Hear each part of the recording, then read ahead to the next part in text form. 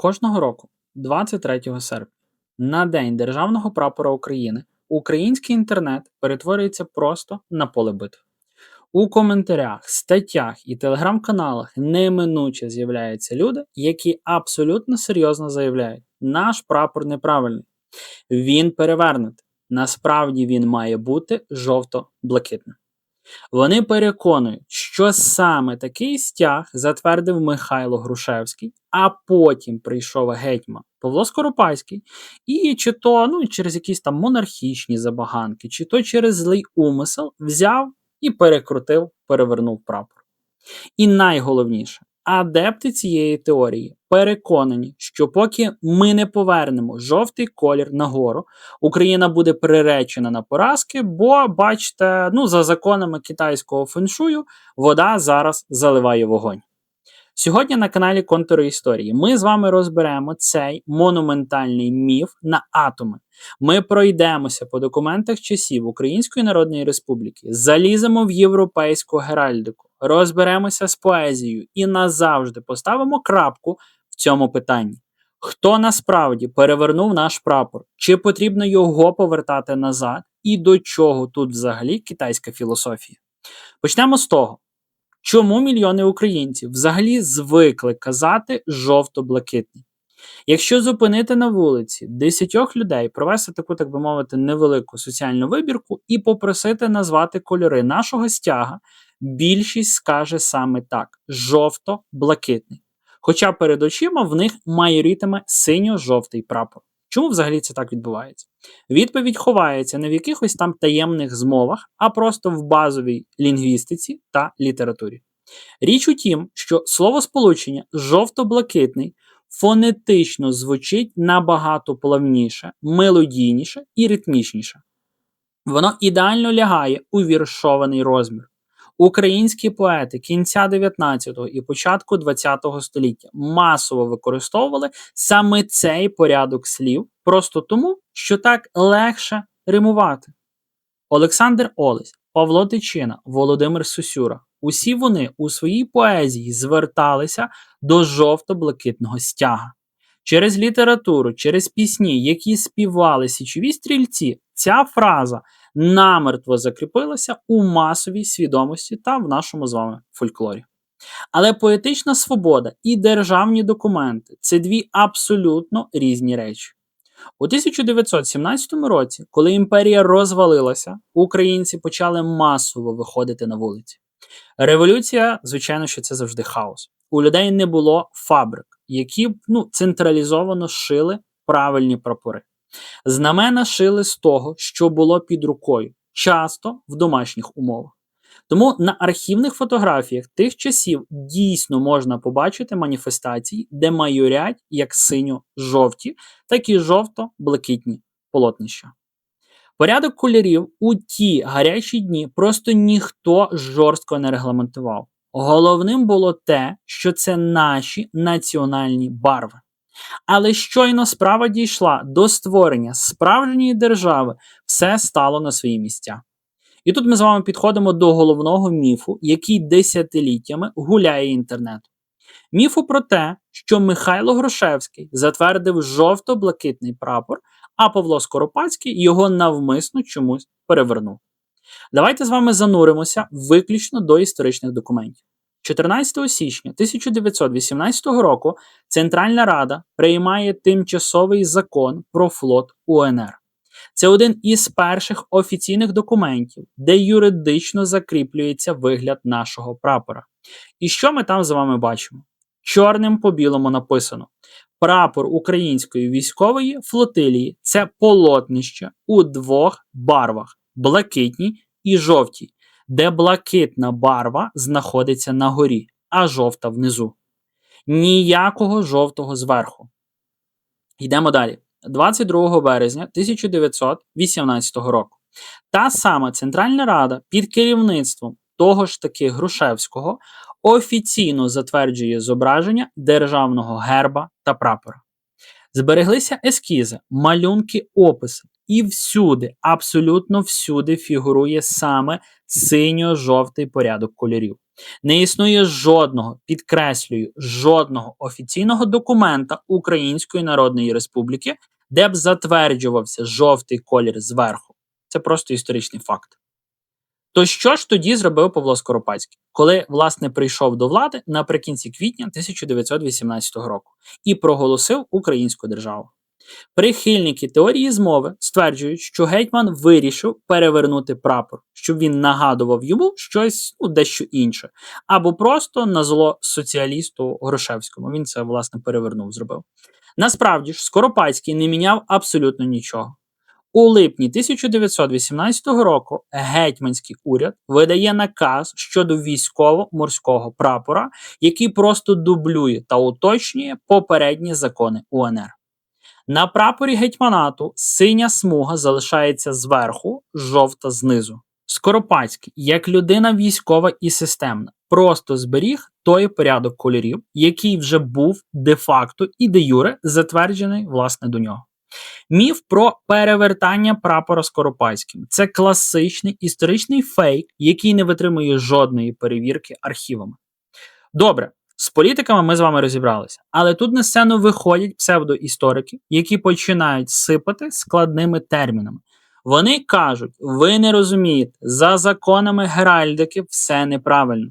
Герб має переноситися на прапор за суворими правилами, і тому прапор мусить бути жовто-блакитним. Давайте розберемося з цією європейською геральдикою. Але на цьому етапі хотів би оголосити невеличке до вас звернення, таке дефіс прохання. Наш канал зараз має можливість розвиватися, масштабуватися, випускати все більше і більше нових етерів, виключно завдяки вашій фінансовій підтримці. Тому після донату на ЗСУ в такий святковий день, хто має можливість підтримати наш канал донатом фінансово, у вас зараз на екрані є продубльовані QR-коди, також будуть в описі відео, закріпленому в коментарі, все стандартно, власне, буде закріплено. Велика вдячність всім тим, хто долучається до підтримки нашого каналу, ви зможете побачити цих людей зараз також на екрані. Справді вам за це щира вдячність, бо ви стаєте співавторами всіх етерів, які випускаються на нашому каналі. Також, до речі, ми вже зафіналили наш збір на мікрофон студійний. Зараз наша команда займається, власне, замовленням, придбанням, так далі, так далі. І сподіваюся, що ще в серпні ви зможете, власне, його бачити вже в наших нових відео з кращим, якіснішим, більш професійнішим звуком. І таким чином канал буде оновлюватися, діставати техніку, реквізит, і наші випуски будуть ставати все більш професійні.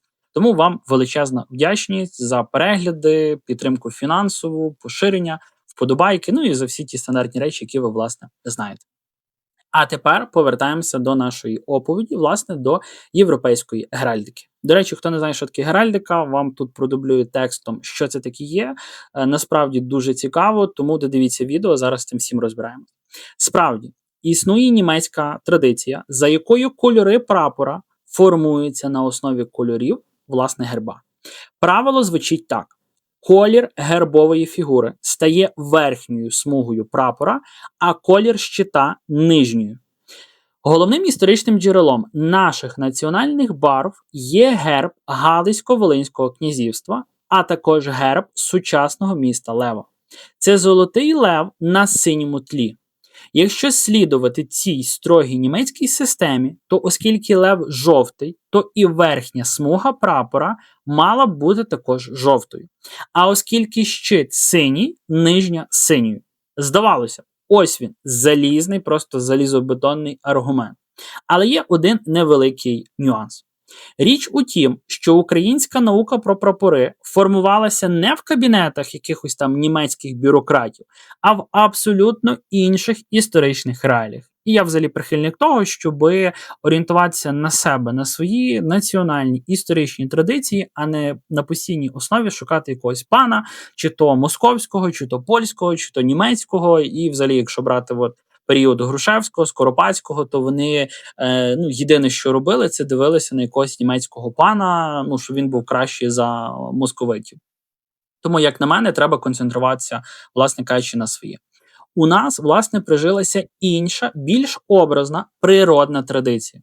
Для українця синій колір – це завжди було небо. Особливо зараз, мені здається, цього літа в нас просто, шикарне небо, заходи, сходи сонця, і от синій колір нашого неба, воно справді на своєму місці. А жовтий – це пшеничне поле, сонце, родюча земля, наші чорноземи, так, які вони, власне, чорні, але коли пшениця по них чи ріпак зацвітає, то воно дуже красивий колір жовтий дає.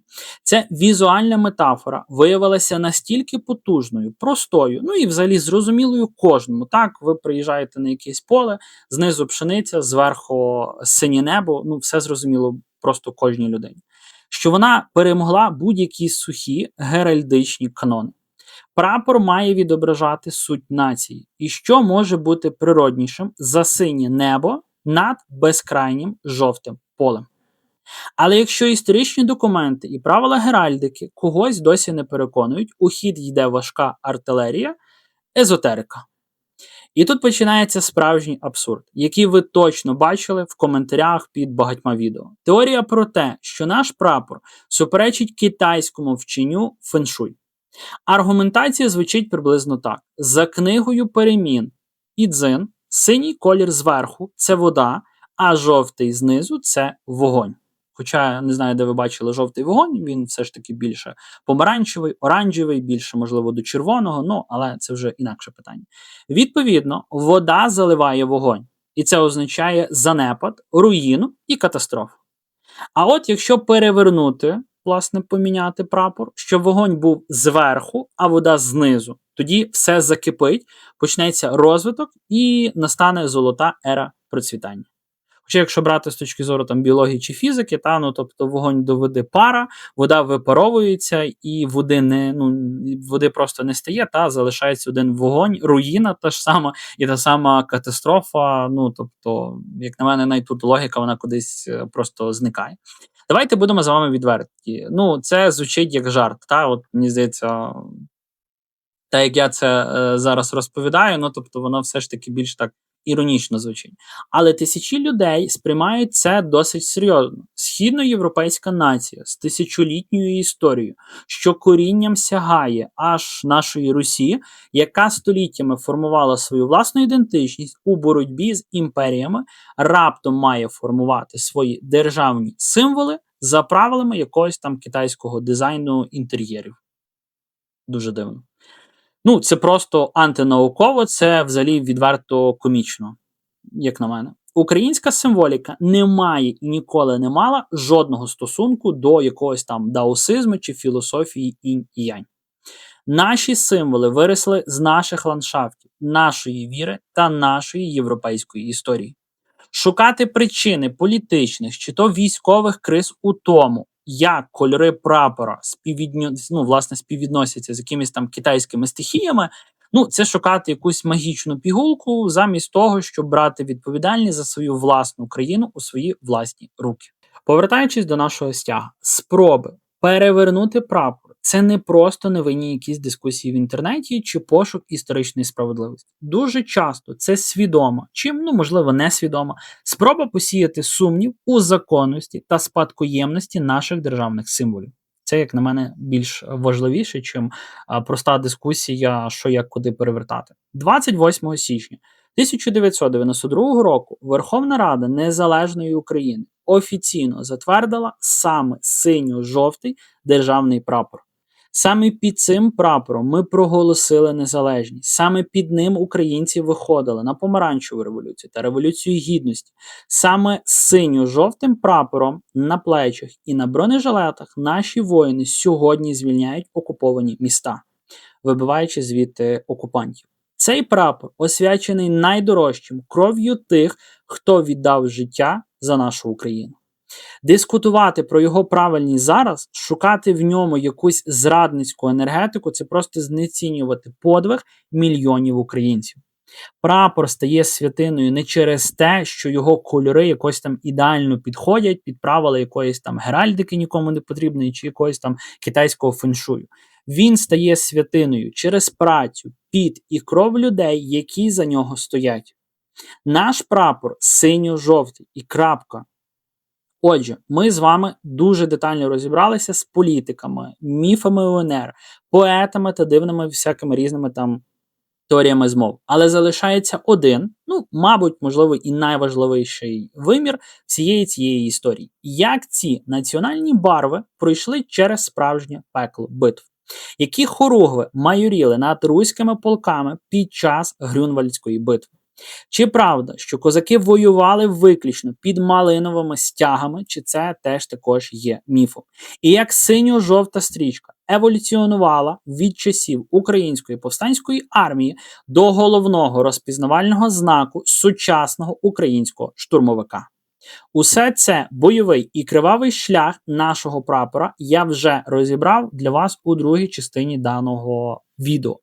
І вийшла вона буквально просто зараз на моєму другому каналі «Очима воїна». Тому не зволікайте, переходьте за посиланням, яке зараз з'явиться у вас на екрані, а також буде в описі і в закріпленому коментарі. Підписуйтесь на наші канали, контури історії, «Очима воїна», ставте вподобайку всім нашим етерам, під цим відео також його поширюйте. І пам'ятайте, історію творять не міфи, її творимо ми з вами. З вами був Назар, я є автором даного YouTube каналу. До зустрічі з вами у другій частині. Долучайтеся до підтримки каналу і слава Україні!